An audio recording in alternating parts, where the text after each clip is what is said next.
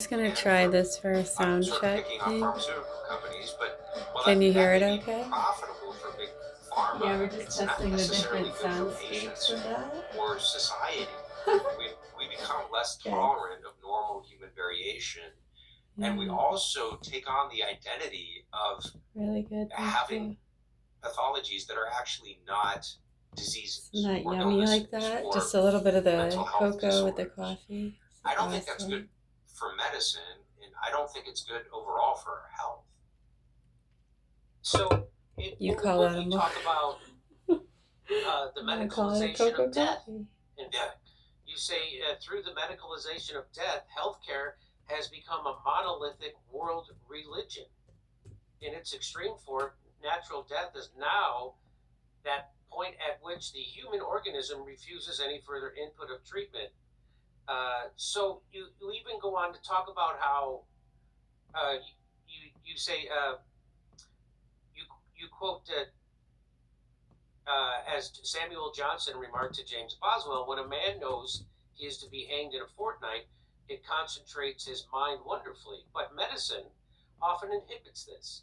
It pulls the mirror away, as it were, when it offers either assisted suicide or therapeutic obstinacy. These conversations and the associated interior struggle to contend with life's terminus are shoved aside to search for the next medical intervention. Our attention shifts to an obsessive focus on lab values, vital signs, or ventilator settings. Machine learning is The advancing, but self-perpetuating businesses machine wonder some machinery machines of can the keep up. ICU. Let's welcome our new coworker. The patient declines inevitably toward death in spite of all. All right. Yeah, it is a good book. Yeah, we're just doing it on here too. We're gonna see. We're just gonna check uploading speeds and testing different sound variations. We're reading The Worldly Philosophers by Robert L. Heilbronner. Heilbronner, Heilbronner.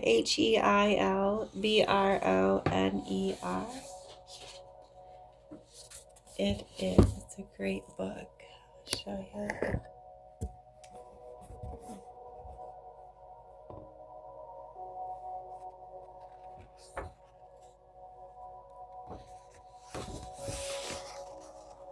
Oh man, there.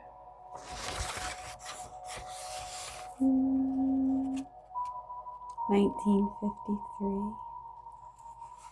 Alright, so I'm going to start this reading.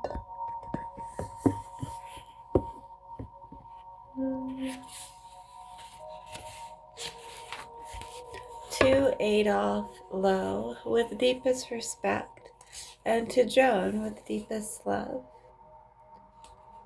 Library of Congress, Catalog Card number 53-10871.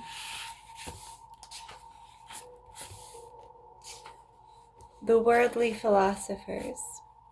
Introduction. This is a book about a handful of men with a curious claim to fame. This is a book about a handful of men with a curious claim to fame. By all the rules of schoolboy history books, they were non-entities. They commanded no armies, sent no men to their deaths, ruled no empires, took little part in history-making decisions. A few of them achieved renown, but none was ever a national hero. A few were roundly abused, but none was ever quite a national villain.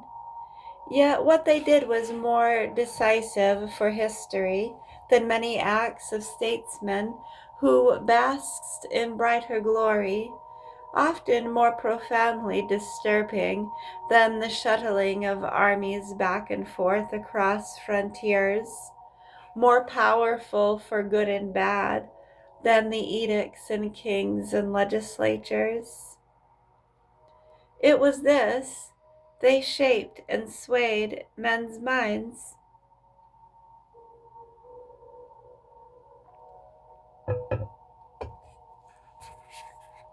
And because he who enlists a man's mind wields a power even greater than the sword or the scepter.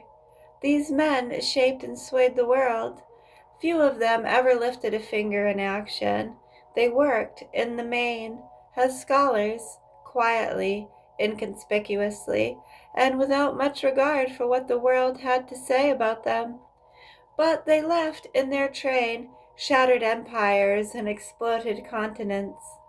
They buttressed and undermined political regimes.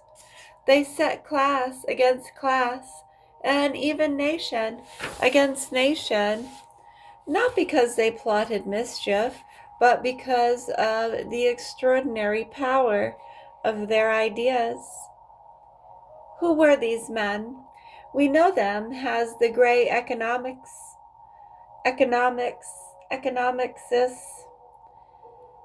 yeah, those things. But what is strange is how little we know about them. One would think that in a world torn by economic problems, a world in which we constantly worry about economic affairs and talk of economic issues, the great economicists would be as familiar to us as the great philosophers or statesmen. Instead, they are only shadowy figures of the past, and the matters they so passionately debated are regarded with a kind of distant awe. Economics, it is said, is undeniably important, but it is cold and difficult, and best left to those who are at home in abstruse realms of thought. Nothing could be further from the truth. A man who thinks that economics is only a matter for professors forgets that this is the science that has sent men into the barricades. A man who has looked into an economics textbook and concluded that economics is boring is like a man who has read a primer on logistics and decided that the study of warfare must be dull. No, the great economicists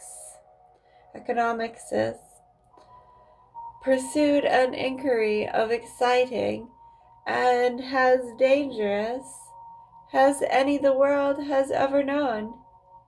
The ideas they dealt with, unlike the ideas of the great philosophers, did not make little difference to our daily working lives. The experiments they urged could not, unlike the scientists, be carried out in the isolation of a laboratory. The notions of the great economists were world-shaking, and their mistakes nothing short of clematis.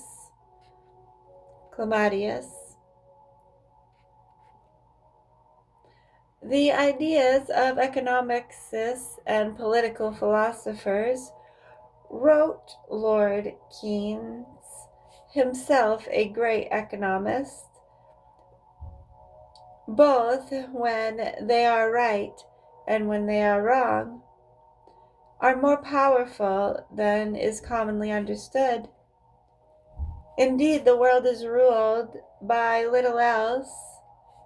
Practical men, who believe themselves to be quite exempt from any intellectual influences, are usually the slaves of some defunct economist.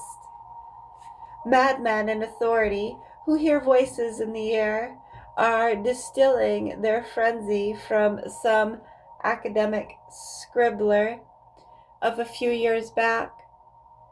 I am sure that the power of vested interests is vastly exaggerated compared with the gradual encroachment of ideas. To be sure, not all the economists were such titans. Thousands of them wrote texts,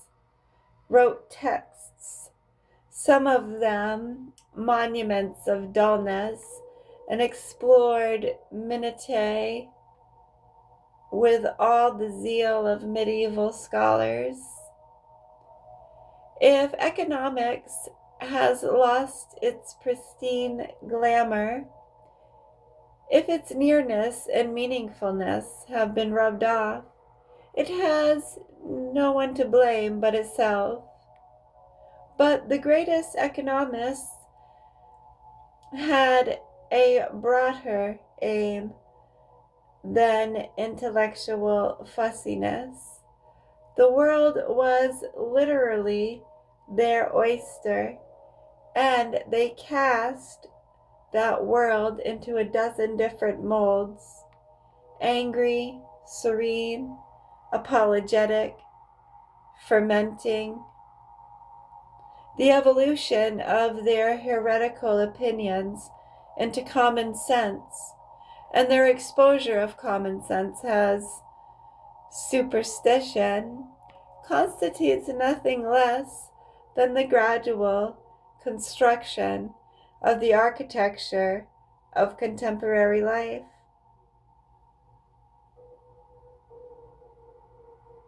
An odder group of men, one less apparently destined to remake the world, could scarcely be imagined.